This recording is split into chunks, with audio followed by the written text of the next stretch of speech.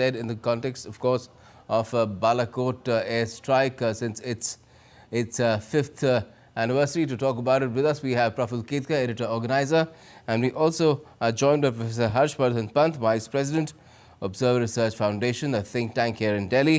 Good evening to you both. Professor Pant, what do you make of what our Foreign Minister said in terms of how he seemed to indicate that both Uri and Balakot meant a paradigm shift in how India responds to cross-border terrorism, or terrorism as a whole for that matter? I think what he was trying to underscore is that there has been certainly a shift in the way India responds to some of these challenges, particularly cross-border terrorism, where in the past the idea was that let's absorb the costs of terrorism, because any proactive action on India's part may lead to an escalation that India may not be able to control. Once through Uri and then through post the Balakot strikes, what the message that India has been able to send is that India is willing to escalate, because it is important to climb that escalation ladder to send the message to the adversary that India is not only going to absorb, is not simply going to absorb these costs of escalation of terrorism, but also has it within itself to respond in an adequate manner, so that the adversary understands that the consequences of its actions would be very high. And I think that's why we have seen post these responses by India, a new normal that has been created in our border, along the border, and in our engagement with our partner, in our engagement with our adversaries when it comes to terrorism, because they have understood that India will not stand idly by. India will not simply absorb. India will also retaliate, and retaliate in a manner that underscores its commitment to climb the escalation ladder and ensure that a new normal is created, where it then becomes the adversary's responsibility to see if they want to escalate or not. And I think that's why the ball is in their court. It's not always it has in the past, it used to be in India's court, it used to be India's decision, and a lot of responsibility on Indian shoulders. Today, when you look at the new reality, the new normal, it is now up to India's adversary to see how far they want to take it. And India has underscored that it is willing to take its actions as far as is possible along the escalation ladder. And that, I think, is a very strong message, a robust message that India should have given much earlier. But now that it has given that message, we are looking at a new reality along our borders when it comes to terrorism. Right. Now, Prof. Ketkar, would you also say that not only did India respond in an unprecedented manner to counter acts of terrorism coming in from across the border, its entire demeanor changed, towards how it justified its actions to the world as well, and that too was a big shift, and that has also been recognized by the world.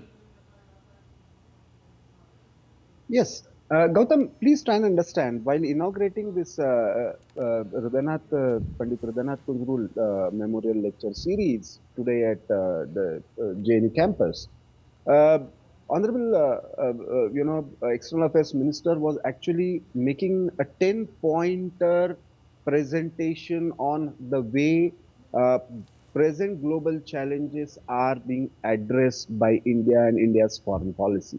And there he made that the kind of engagement and the kind of obsession we had with our neighborhood, we are engaging, we are having a new terms of relationship everywhere, but we were somewhere tied up with our eastern and the western adversaries. Yes, and it used to take up too much of our mind space, is what he seemed to convey. Yes, and there he made this particular point, where he said that we have delivered a message. Now up to them what to, how to. So the kind of isolation, on the one hand, it was India who had invited the Pakistani Prime Minister in the swearing-in ceremony of Prime Minister Modi. It is Prime Minister Modi who had taken the initiative, and while flying back from Afghanistan, he landed in Lahore. So the way India not just conducted this airstrike, the way nobody could Forget about Pakistan. Even globally, nobody could even imagine or track India's movement. Two, when India justified it, nobody could object the way India did it. So it was not just militarily, but diplomatically a kind of strike that India never thought of. In that sense, this assertive India has recalibrated its military strategy as well as diplomatic strategy. The same is true with the other front, as the External Affairs Minister talked about, where the Chinese, intrusion or transgression were always seen as, oh, from both the sides, and China always used to say that it is undecided border. The way we have handled it and the way we have, stood firm on the ground, it is a complicated terrain. And India knew very well that it is not going to be very easy to handle China. But again, the message was very clear that India is not going to take it lightly. India is going to stand firm on its ground and deliver the message. The way we have created our infrastructure, the way we have resisted pressures related to Belt and Road Initiative. In fact, today Dr. Jaishankar mentioned about it categorically, that sometimes you have to make choices. Saying no also is a decision, and we have done that when it comes to Yes, the certainly. We've So done I that, think and we've these told China in unequivocal terms that things cannot improve till the situation improves on the LAC. Now, Dr. Pant, do you think that the fact that India tried to put it across to the world as well what it was doing and justify the reasons, the message was well and truly accepted by the world, and that also led to how Pakistan got isolated? If you go back to what happened with then External Affairs Minister Sushma Swaraj being invited as guest of honor as far as that OIC meet was concerned, and Pakistan had to be absent. See, indeed, it's not simply the immediate response, which, as you mentioned, got reflected in OIC's invitation to Mrs. Swaraj, but it's a long-term implication when you see how our relations with the Gulf countries have now gone beyond anything we had envisioned for a very long time. So it is a question of how you think of this idea of getting Pakistan off our backs. Pakistan was, as earlier you were mentioning, not only was occupying a lot of mind space, but it was also making India look very small, that India is only a South Asian country whose only job is to fix Pakistan or to manage Pakistan. But India is a major power. India, by definition, India is an Indo-Pacific player.